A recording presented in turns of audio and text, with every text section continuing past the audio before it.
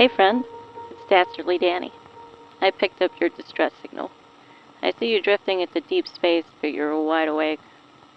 Don't worry, I got you.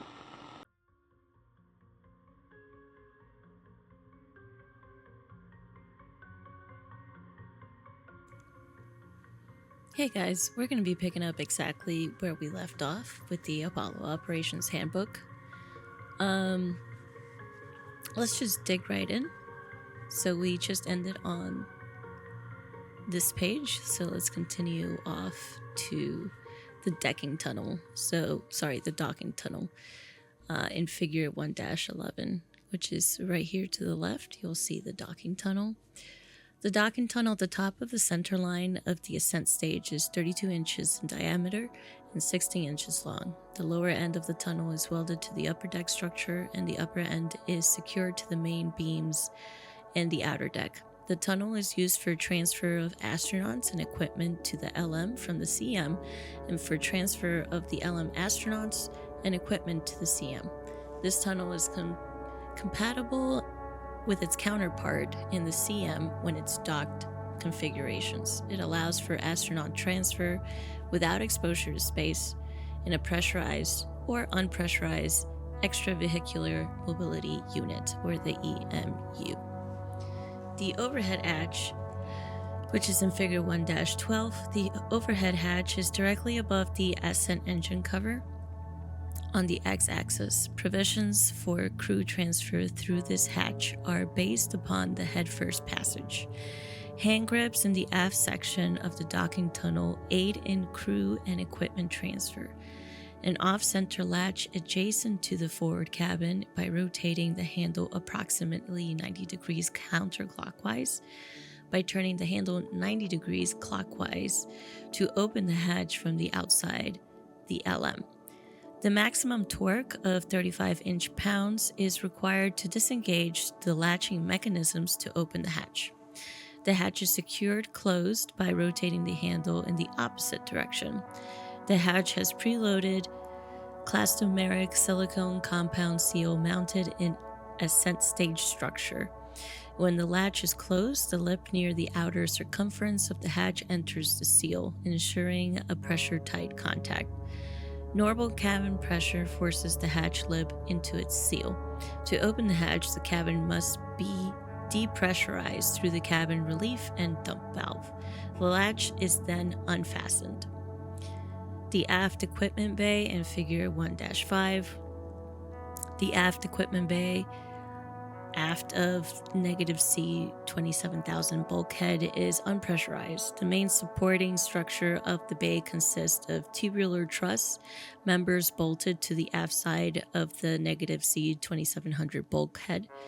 The truss members used in a cantilever type of construction extend aft to the equipment rack. The equipment rack assembly is constructed of a series of vertical box beams, supported by the upper and lower Z-frame.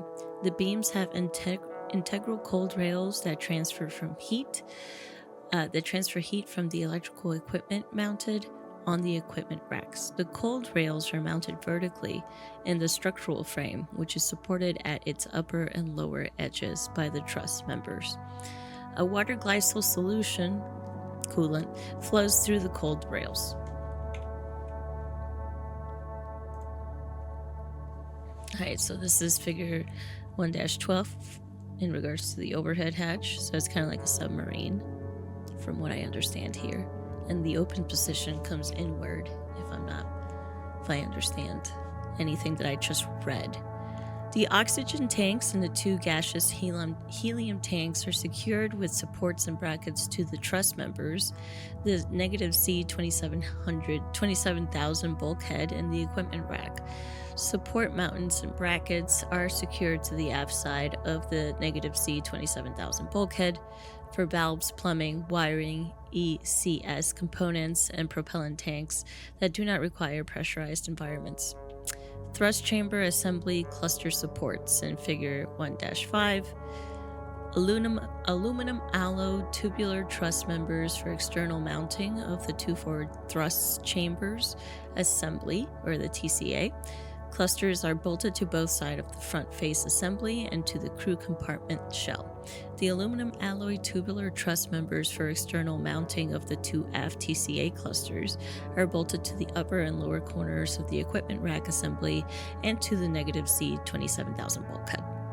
Antenna supports. The ascent stage provides mounting accommodations for an S-band steerable antenna, 2 VHF antennas, 2 8-band in-flight antennas, and a rendezvous radar antenna. The S-band steerable antenna has tubular truss members. The main truss is mounted on top of the right side of the midsection. One VHF antenna is mounted on the top left side of the stage, forward of the positive Z2700 bulkhead. The other one is mounted on the top right side, aft to the negative Z2700 bulkhead. One S-band in-flight antenna is mounted on the front face assembly, the other one on the aft equipment bay rack. The rendezvous radar antenna is mounted on the upper beams of the crew compartment. Alright, thermo and micrometeoroid shields. The entire ascent stage structure is enveloped with a thermal and micrometeoroid shield, which contains either a blanket of multiple layers of aluminized polyimide sheets, or Kapton H film, and aluminized polyester sheets, mylar, with a sandwich of inconel skin, inconel mesh, and nickel foil, or a polyimide blanket with a single sheet of aluminum skin. The blanket panels, formed in various shapes and sizes, consist in outward to inward of 15 layers of 0.0005 inch thick H film, 10 layers of 0.00015 inch thick mylar, and a single layer of 0.0005 inch thick H film. In a few ascent stage areas that have different thermal protection requirements, the number of layers in blanket panel varies slightly. Outboard to inboard, the sandwich comprises of a 0.0015 inch thick inconel skin and one or more layers of inconel mesh, alternated with 0.0005 inch thick nickel foil. The number of inconel mesh and nickel foil layers in the sandwich and the thickness of the aluminum skin vary considerably at different areas of the vehicle, depending on the duration and intensity of the RCS thrusters, plume impingement, and those areas. The combined thermal and micrometeoroid shield is mounted on low thermal conductive supports, standoffs, which keep it at least 2 inches from the main structure. Where subsystem components are mounted external to the ascent stage basic structure, the standoffs are mounted to the aluminum frames that surround the components. The aluminum or the inconel sheets, the outermost material, serve a micrometeoroid bumper. The sandwich and blanket materials serve as a thermal shielding. Where the blankets meet, the mating edges are sealed with mylar tape. Vent holes are provided in the blanket. The aluminized mylar blankets insulate the structure against temperatures up to positive 350 degrees Fahrenheit. On the TCA supports thrust members, which are subjected to temperatures that excess over 350 Fahrenheit due to engine radiation. An additional 20 layers of H-film are installed. H-film has an insulation capacity of up to 1,000 degrees of Fahrenheit. Additionally, H-film blankets are also used in other areas of the ascent stage that will be subjected of temperature in excess of 350 degrees Fahrenheit. During Earth pre-launch activities, various components and areas of ascent stage must be readily accessible. Access panels and the outer skin and insulation provide this accessibility. Alright, so let's talk about the descent stage and the general description of it. The descent stage is an unmanned portion of the LM. It has equipment for lunar landing mission. The descent stage structure provides attachment and support points for securing the LM with the spacecraft Lunar Module adapter of the SLA. The descent stage is constructed of aluminum alloy, chemically milled webs. It consists of 2 pairs of parallel beams arranged in a cruciform with a deck of the upper and lower surfaces. The beam webs are at station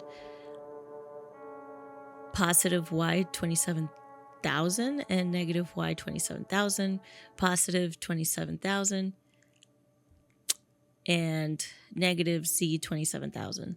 The lower deck is at station X 131.140. The upper deck is at station positive X 196,000. The end of the beams are closed off by the end closure bulkheads at stations positive C 81,000, negative C 81,000, positive Y 81,000, and negative Y 81,000. Joints are fastened with standard mechanical fasteners, a 4-legged truss or outrigger at the ends of each pair of beams serves as support for the LM and the SLA, and the attachment point for the main strut and landing gear. The outriggers are constructed of tubular aluminum alloy. Fittings on the positive Y 27,000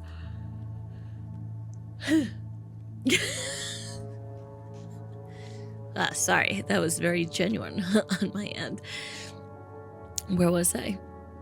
Fittings on the positive Y 27,000 and on the negative Y 27,000 beams at station positive C 65.906 serve as a forward attachment points for the ascent stage. Fittings on the negative C 27,000 beam at the stations of positive Y 65,000 and negative Y 65,000 serve as the after attachment points for the ascent stage.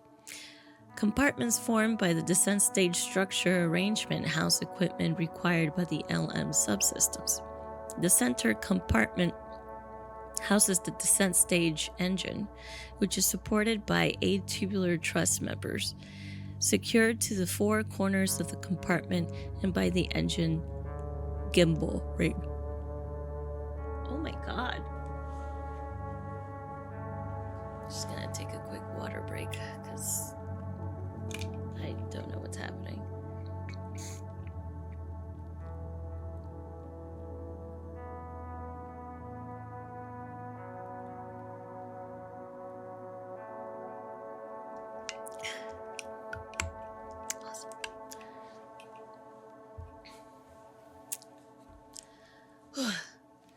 The areas between the main beams that give the descent stage its octagon shape are referred to as quadrants. Quadrant 1 is formed by the intersection of positive C 27,000 and negative Y 27,000 beams.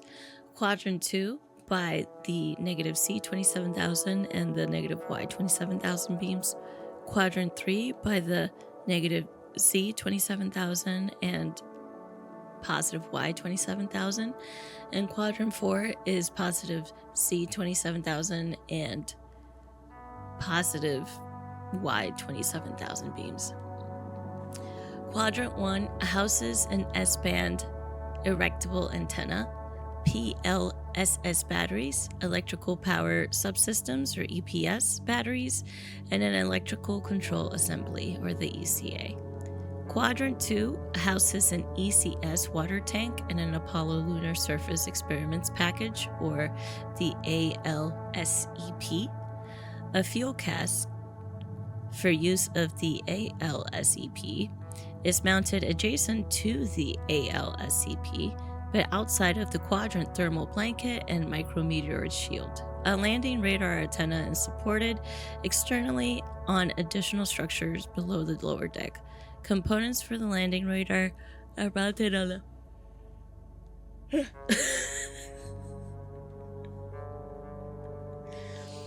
I don't know if I'm putting you to sleep, but I'm putting myself to sleep.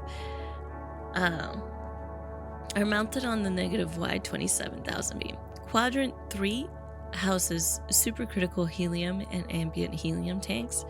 The descent engine control assembly of the GN and CS, and an ECS, gaseous oxygen tank.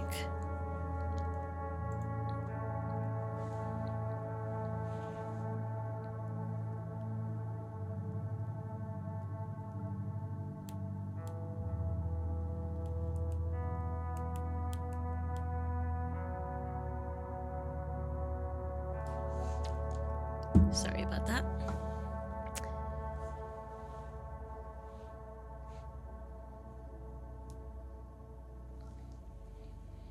Alright, so this is figure 1-13, descent stage structure configuration. We could see that we could see quadrant 4 on the upper left side, the aft interstage fitting. Quadrant 3 is towards the middle. The descent engine is right in the middle, in the center cube. The structural skin, which I'm assuming is the layers that we spoke about, is on the, like an onion, the outer layers. And the thermo and micrometeoroid shield, which is also the layers that we talked about, are deep in that structure. We got quadrant 2 coming in strong right there on the right. And the outrigger, number 4, kind of looks like legs. Parallel beams. The descent engine is actually hanging underneath. Quadrant 1, so it's like 1, 2, 3. Is it 1, 2, 3? I'm confused. Whatever. Enclosure bulkhead. Forward interstage fitting and the LM/SLA attachment point. So it looks like that goes forward. Okay. Quadrant 4 houses EPS and explosive devices subsystem, or the EDS components, batteries, interstage, hardline disconnects, and an electronic control assembly, umbilical cable cutter, and a relay assembly. Also located on Quadrant 4 is a modularized equipment stowage assembly, or the MESA, as I like to call it, MESA. Spanish for table. Anyways, fill and drain ports and vents for the fuel, oxidizer, helium tank, water, and gaseous oxygen tanks are external to the descent stage of the outer skin. The descent stage includes a thermal and micrometeoroid shield, the landing gear, and an external platform. Don't yawn again. Don't do it. 4 plume deflectors to divert to the plume onto the downward firing RCS thrusters away from the descent stage are also mounted to the descent stage. Ignore that alarm. It's not of consequence right now. So let's finish this, shall we? The entire descent stage structure is enveloped with a thermal and micrometeoroid shield, which contains multiple layers of aluminized mylar and H film with an outer skin of 0.002 inch H film. In areas where micrometeoroid protection is required, one layer of black painted 0.00125 inch and conal is used as skin. The shield is mounted on a low thermal conductive support, which keeps it at least 1.5 inches away from the main structure. A titanium blast shield secured to the upper side of the descent engine compartment above the thermal shield deflects and ascends engine exhaust out of and away from the descent engine compartment. Oh, okay, so that's why it's at the bottom. Okay, I think I get it. The bottom of the descent stage and the engine compartment are subjected to high temperature due to radiation from the descent engine. A base heat shield composed of titanium with a blanket of alternate layers of nickel foil and fiber fats outside and a blanket of H film inside protects the bottom of the descent stage from the engine heat. Got it. Okay. A titanium shield with a thermal blanket of multiple layers of nickel foil and fiber fats under the outer blanket of the H film protects the engine compartment. And flange-like ring of columbium Ring of columbium backed with fibrous insulation is attached directly to the engine's nozzle extension and joined to the base heat shield by an annular bellows of 25-layer H-film. This bellows arrangement permits engine gimbaling, but prevents engine heat from leaking into the engine compartment. And the more we know. The landing gear provides the impact attenuation required to land the LM on the lunar surface, prevent tipover, and support the LM during lunar stay and lunar launch. Landing, impact, and attenuated to load levels that preserve the structural integrity of the LM. At launch, the landing gear is stowed in a retracted position. It remains retracted until the commander operates the LDG gear deploy switch on panel 8. The landing gear uplocks and then explosively released, and springs in the deployment mechanism extends the landing gear. Once extended, each gear assembly is locked in place by 2 downlock mechanisms. The landing gear is in the cantilever type. It consists of 4 leg assemblies connected to the outriggers, which extends from one ends of the descent stage structural beams. The legs extend from one front, rear, and both sides of the LM. Each leg assembly consists of a primary strut, a foot pad, 2 secondary struts, and an uplock assembly, 2 deployment and download mechanisms, and a truss assembly. The left, right, and aft foot pad each have a lunar sensing probe. A ladder is affixed to the downward leg assembly. The upper end of the primary strut attaches to the descent stage outrigger fitting, and lower end has a ball joint support for the foot pad. Crushable aluminum honeycomb inside the primary strut is used as a shock-absorbing medium. The primary strut absorbs compression loads only. The foot pads assure minimal penetration of the lunar surface. It has a diameter of 37 inches and can pivot at the end of the primary strut. A lunar surface sensing probe is attached to each foot pad except the forward one, which is this one right here, because it says forward. So this one's also different because it has a different leg mechanism. So this is probably the primary strut, and this one probably does not have a sensory. Alright, so let's talk about the secondary strut. The outboard end of each secondary strut attaches to the primary strut and an inboard end to the deployment truss. The secondary struts contain crushable aluminum honeycomb for shock attenuation. These struts absorb compression and tension loads. Alright, so let's talk about these uplock assemblies. The uplock assembly for each landing gear assembly comprises a fixed link, an explosive cutter device containing 2 end detonator cartridges. The fixed link attached between the descent stage structure and the primary strut restrains the landing gear in its retracted or stowed position. The cutter device is pinned to the fixed link. Setting the LDG gear deploy switch to fire activates the electrical circuit that fires the high explosive charge in the end of the detonator cartridges. The resulting detonations impel cutter blades that sever the fixed link, permitting the deployment mechanism to fully extend the gear. Either cartridge supplies sufficient energy to serve fixed links. Each deployment and downlock mechanism, 2 for each landing gear assembly, consists of 2 spring-loaded devices and connecting linkage, which deploy and then lock on a landing gear. The deployment portion of the mechanism consists of a spring link and linkage, a link, and a cam, crank, and a cam. The linkage is attached between the descent stage structure and the landing gear deployment. Let's see what we got here. Okay. We got like a close-up here of the landing gear. This doesn't look to be the forward or the primary.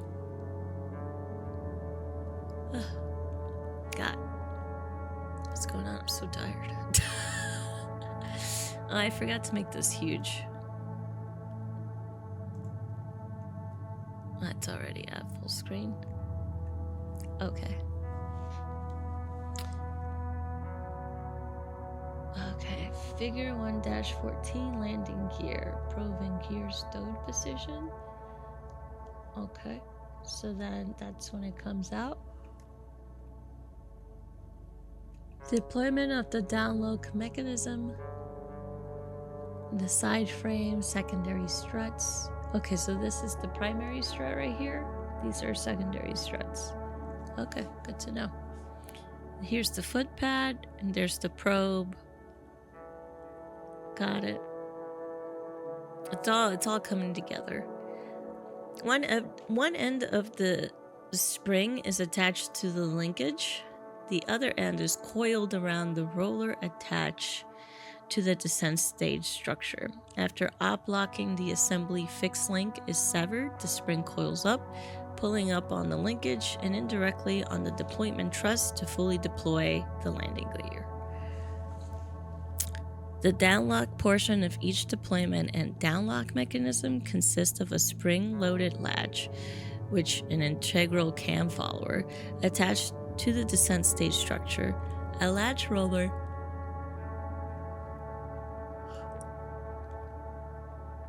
what's happening? Alright, a latch roller. Where am I? A latch roller on the deployment truss and the 2 independent electrical switches in a gear case. When the landing gear is retracted, the latch is held open because the cam followers rest on the cam of the cam idler crank. As the landing gear deploys, the cam rotates, and at full deployment, the cam follower drops off the cam ramp, allowing the springs to snap the latch over the latch roller. This secures the roller against the stop on the structure. Simultaneously with the latching motion, the electrical switches are activated to change the LDG gear deploy talkback from the striped to a gray indication, the indication reflecting that the deployed and locked gear condition occurs if at least 1 or 2 switches in each downlock device has actuated. An external visual indication that landing gear is deployed and locked is also provided. A red luminescent stripe is painted on the lock hatch and on the deployment truss. These stripes become aligned when the landing gear assembles are down and locked. The stripes can be seen day or night from as far away as 100 feet. They serve as an indication that they could be checked from the CM. Alright, the lunar surface sensing probe attached to the left, right, and aft landing gear foot pads is an electromechanical device. The probes are retained in a stowed position against the primary strut until landing gear deployment. During the deployment, mechanical interlocks are released, permitting spring energy to the gear and probes below the foot pad. At lunar contact, just before landing gear's impact, 2 mechanically actuated switches in each probe energize the lunar contact lights to advise the crew to shut off the descent engine. Each probe has 2 indicator plates, which, when aligned, indicate that the probe is fully extended. The latter, affixed to the primary strut of the forward leg assembly, has rungs and railings. It extends from the forward end of the platform to the end of the strut's outer cylinder.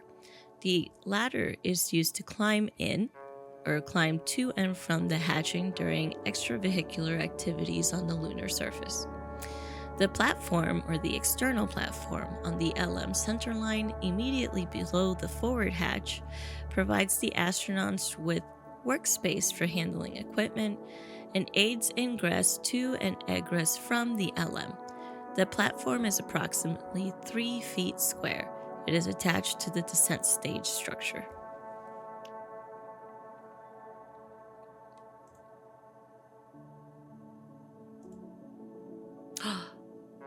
Oh, we're almost done with section 1. We're going into section 2. All right, let's wrap this up, kids. Gonna finish this and we could blast off into sleep, because I'm so sleepy.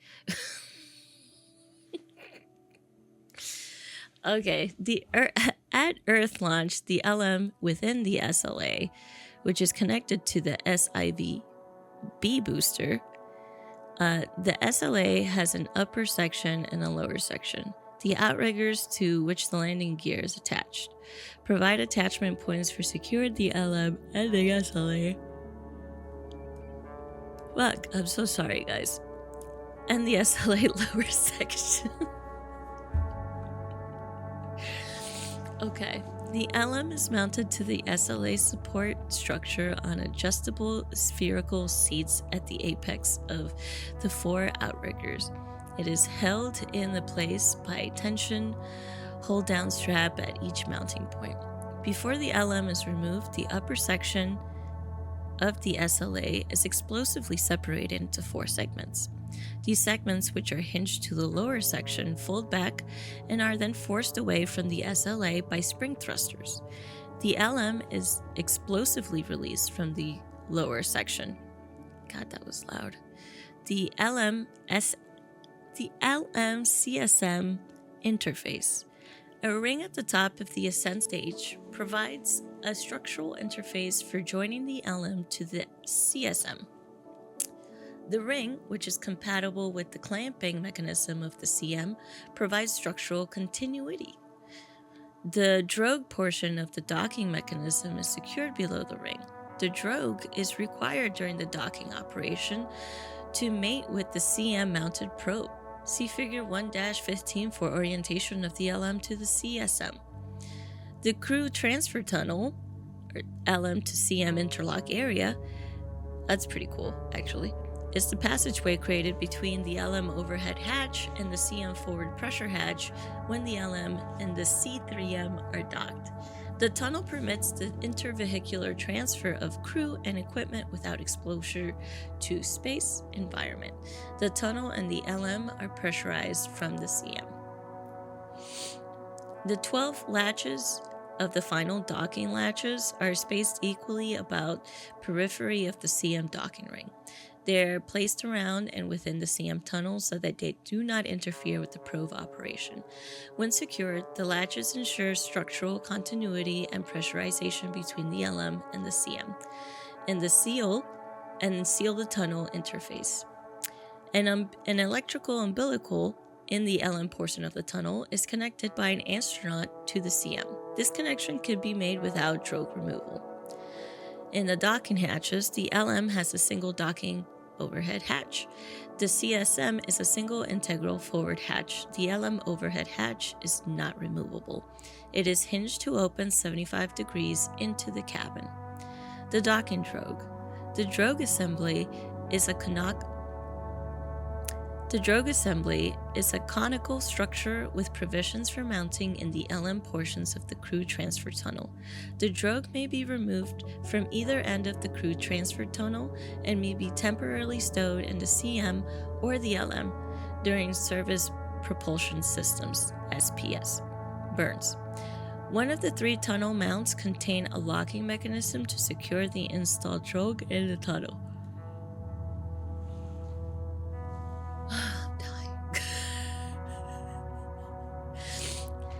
And it's honestly because I'm tired, guys. I'm not gonna lie to you. I didn't sleep very well. Maybe I should listen to these.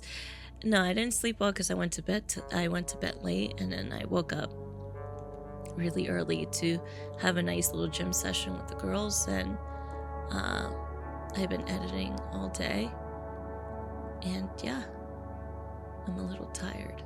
So I keep yawning as I'm reading because I think this is actually working on me. So if it's working on me, I'm hoping that it's working on you too. Okay, let's talk about docking probes. Yeah, the docking probe, here I go again.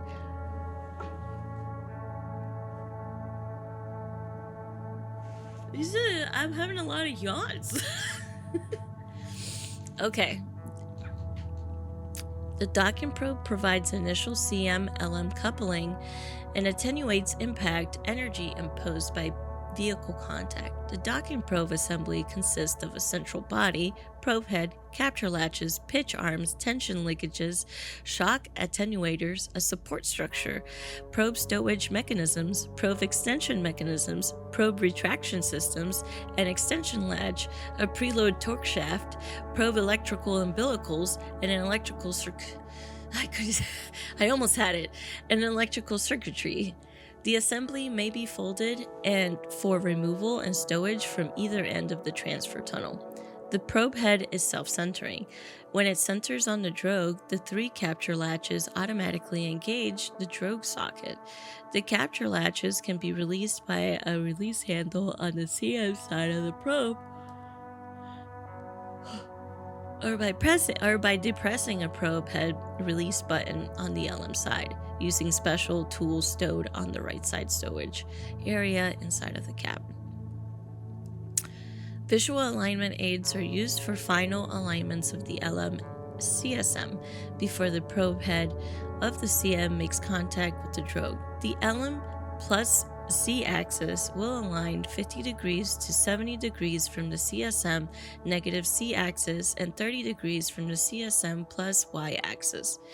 The CSM position represents an 180-degree pitchover and counterclockwise roll of 60 degrees from the launch vehicle alignment configuration. An alignment target is recessed into the LM so as to not protrude into the launch configuration clearance envelope or beyond the LM envelope.